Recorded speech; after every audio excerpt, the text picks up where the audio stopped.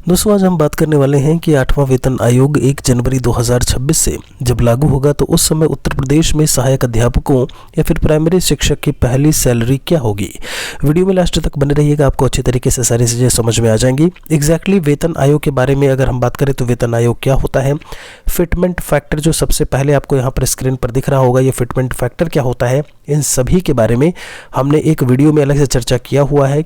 यहाँ पर एक बार आप जाकर के देखेंगे आई बटन पर तो आपको वो वीडियो मिल जाएगा, जहाँ से आपको 8th पे कमीशन में जितने बेसिक पे में परिवर्तन होने वाला है सब कुछ आपको समझ में आ जाएगा। अब फिलहाल के लिए फिटमेंट फैक्टर ऐसे समझिए कि अभी जो बेसिक पे होगा उसमें फिटमेंट फैक्टर से ही मल्टीप्लाई कर दिया जाता है, तो नया हमारा जो बेसिक पे है वो डिसाइड हो जाता है।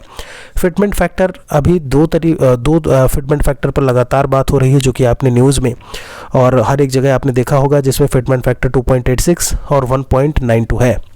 अगर हम अभी जो सातवां वेतन आयोग की बात करें, छठे वेतन आयोग से 7वें वेतन आयोग आने में फिटमेंट फैक्टर जो है वो 2.57% था। तो अभी अगर फिटमेंट फैक्टर हम 1.92 लेकर के चलते हैं और अगर 2.86 लेकर के चलते हैं तब सैलरी क्या होगी, दोनों ही आधार पर हम यहाँ पर बात कर लेते हैं। गौर करिएगा, यहाँ पर बेसिक पे जो है इस समय अगर हम प्राइमरी शिक्षकों की बात करते हैं तो 35,400 रुपये है। KVS PRT में भी यही बेसिक पे है, यही बेसिक पे आपको उत्तराखंड में सहायक अध्यापक का भी देखने को मिलेगा। तो 35,400 को 1.92 से मल्टीप्लाई कर देंगे तो उस समय हमारा बेसिक पे 1 जनवरी 2026 को 67,968 रुपये हो जाएगा। ये हम बेसिक पे की बात कर रहे हैं।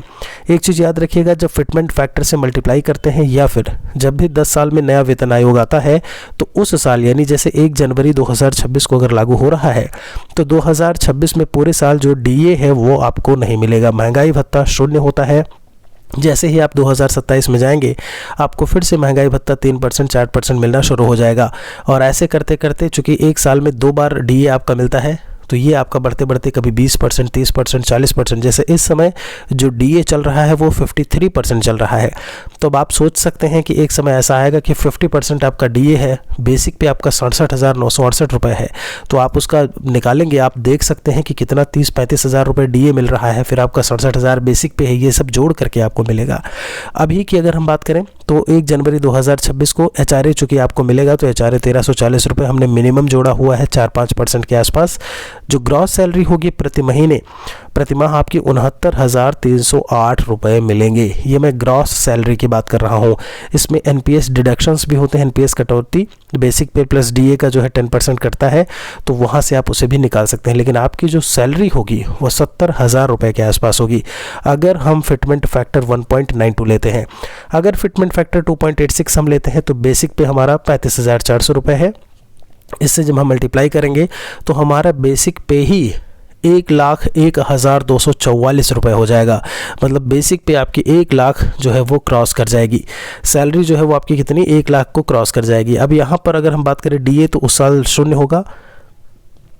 HRA को लेकर के चर्चा करें 1340 रुपये। जो ग्रॉस सैलरी आएगी 1,02,584 रुपये। इतना पैसा आपको पहली सैलरी जो होगी वो आपकी इतनी होगी।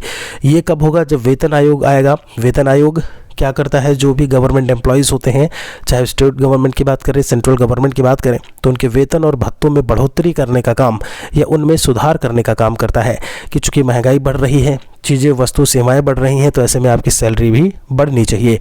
और उसी के आधार पर अगर हम 8वें वेतन आयोग की बात करते हैं तो यूपी में प्राइमरी टीचर्स की पहली सैलरी हमने आपको यहाँ पर बता दी। तो ऐसे में कहीं ना कहीं आप यहाँ पर मोटिवेट भी हुए होंगे। इस वीडियो को बाकियों तक भी आप शेयर ज़रूर करिएगा। जल्दी मिलेंगे एक और वीडियो के साथ में। शुक्रिया आप सभी का।